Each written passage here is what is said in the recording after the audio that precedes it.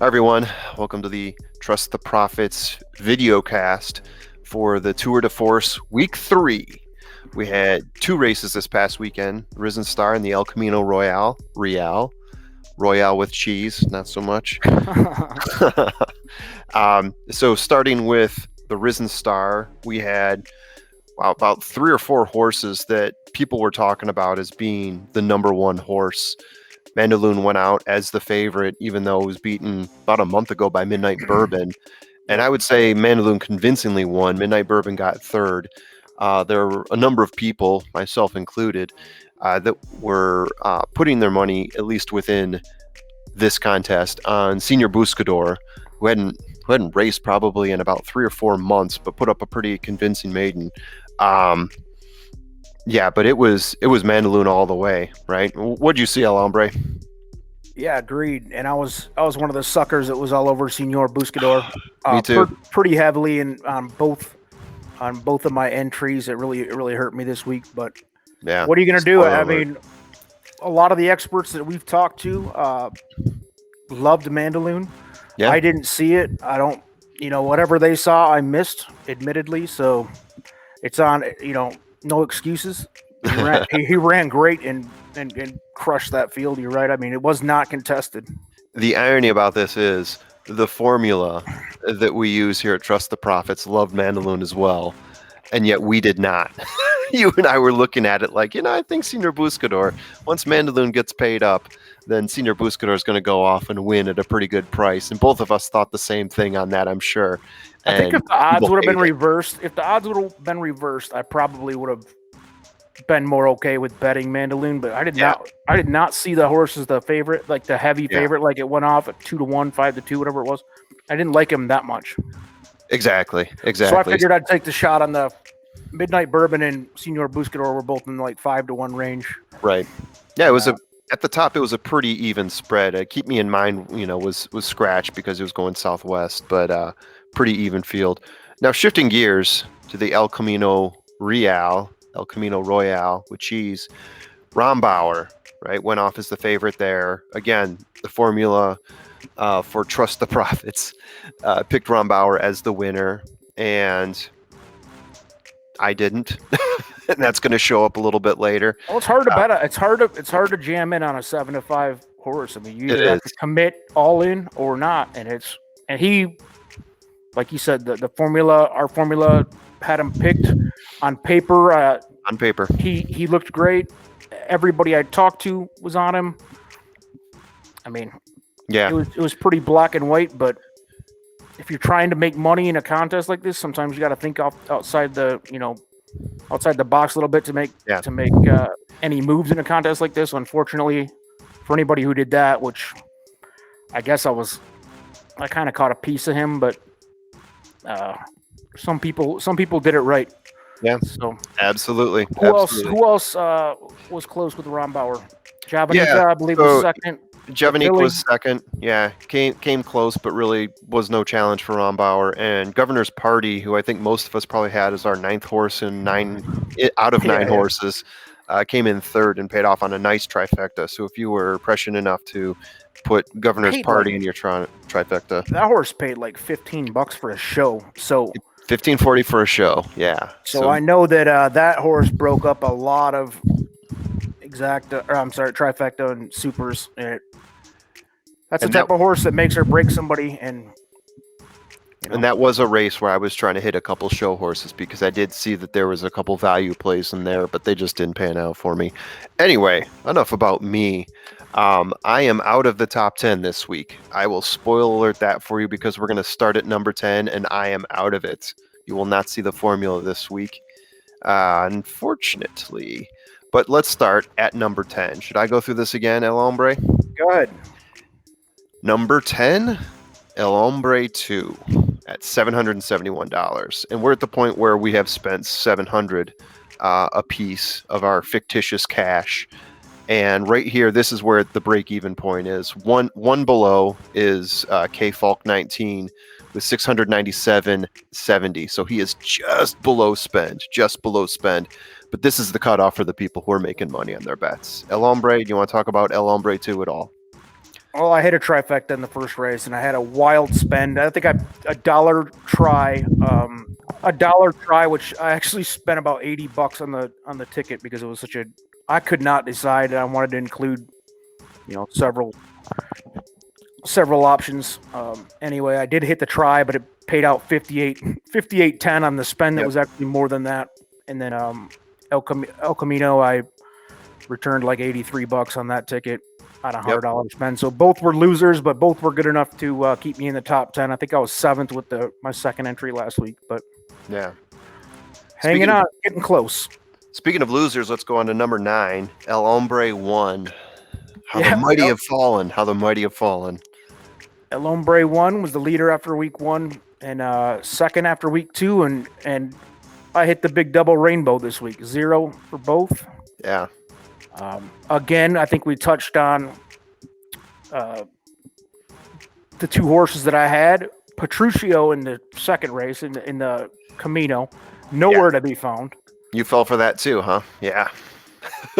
Yeah, and Senor Buscador in the Risen Star, nowhere to be found. Nowhere to be found. Yeah. I even went conservative with Senor Buscador and included a win play show bet for I think $30 across the board. And that's what I did too. Couldn't even answer for that. So no, not much else to say on that. A double blank, fell to 9th and 10th, still in contention with both. So what are you gonna do? Could be worse. Those are the horses that separated the men from the boys this week. Whether you were on Team Buscador or on Team Mandaloun, right? That was, or Petruccio versus Rombauer. That was kind of the make or break this week. Yep. Moving on, number 8, Announcer Pete with 857.80. He had a good showing at the Risen Star, blanked out on El Camino, but the Risen Star was enough to put him up to number 8. Yeah, he had a couple bets that didn't come through for him, and then he did hit I think it was a $20 win place on Mandaloun to kind of keep himself. It's if you're gonna miss, at least miss and then cover it with a hedge bet like that. He scored $102 at the Risen Star, so he basically faded that 100. So not a great week for Pete, but he did a little maintenance on that and kept himself in the top 10. Yeah, he kept himself up there, that's for sure. All right, now next up we have someone else who's fallen a little bit here. Number 7, Dustin Dillon. He had a good Risen Star, cashed out $120.50 on a $100 bet, but blanked out again on El Camino Real. I'm going to do that all day. Dustin Dillon, number 7. Too late to not do it now. Yeah, Dustin had, like you said, pretty much the same story as Pete. He had a win place on Mandaloun that kind of bailed him out of a really bad week. But 120.50, like you said, Yep. Hey, there's a long way to go here. We're talking after 7 rounds of 25, but you're starting to see some separation. Yeah. Who do we have in 6th? In 6th. So we keep having people drop here. 4 last week. Crime Pays 503 is now 6th with 932.41. One had money coming back in both races. Not a whole lot. I mean, cashed out a Risen Star under what the spend was and just above the spend for El Camino Real. Yep, and I think in a lot of cases, if you miss your picks, but you're able to maintain something coming back, like Dustin had done and Pete and Crime Pays. Yeah. At least you're not losing, a 0-0. 0-0 is terrible right now. So if you between both the races, he returned $170. Didn't really kill himself much at all. No. So let's move into the top 5 where there was definitely some movers and shakers going here. Yeah, this is where we're going to start with the people who are rising quickly here. So Dan Agostino at 1,009, very strong. 310 at Risen Star, 245 at El Camino Real. That's how it's done. I mean, Dan Agostino, I'm trying to figure out where he was at this point last week, and I keep scrolling down and down and down, and then I find him at 15. Not terrible, but definitely not 5th. He rose up 10 spots this week. Well, what's even more impressive is the fact that Dan had $4 in total after 4 rounds. Yeah, Sam Davis. The last 3 rounds, he crushed the San Vicente for $450, and now Risen Star hit $310. He just pushed all in $100 on Mandaloun to win. Yeah, quick 310 piece for you. Yeah, And then he hit 245 at the El Camino. So just the last 3 rounds, he's done, enough to be in the top 5 alone, because the first 3 he blanked zeros, and then he only scored $4 at the Davis. So well done, Dan. That's impressive. That's big impressive. Big mover. What do we have at 4th here? At number 4, moving up from 8, is Vinnie Blonde, RDP, $1,016.90. Vinny had a day where he pretty much doubled his money at both Risen Star and El Camino Real. So we know Vinny's solid. We've had him on the show before. We know his picks are good. Not a surprise to see him doing this well. Just hate that he is doing this well. Yeah, I mean, he's doing most of his damage with exacta boxes. Yeah. Or I should say exacta keys. Yeah. Doing a lot of the damage with exacta keys. He scored $192 at Risen Star, 208. And basically doubled his money at both races. Right. If you can do that consistently, nobody's going to touch you. It is ironic, though, that his worst day, I mean, he's gotten cash out of every race, but his worst day was at the Withers, where is pretty much one of his home bases in Aqueduct. Yeah, he has scored well. The worst week he has is $83 on a return. Yeah. I mean, pretty much everybody else has at least one blank. So yeah. Who do we have in 3rd? In 3rd, fallen from 1st, Falling Star, cue up Peggy Olson from Mad Men, strutting through the office. We have Peggy Ponch, $1,071.80. P Ponch. So she had a pretty good Risen Star, 143 came back. She still cashed out at El Camino Real minus profit, so she kind of balanced her day. I think about 200 back total, maybe a little bit above that. But heck, if you're doing that, you can pretty much maintain about your position. It's just the people who are hitting big can start leapfrogging you. But at least she didn't fall as low as some of us did. Yeah, she came out about $20 ahead on the course of both races, so definitely can do worse. What about 2nd place? 2nd place, rising up from 6, Significant Nikki Sam, 1,120. Significant Nikki Sam had an extremely strong Risen Star, 310, tripled her money.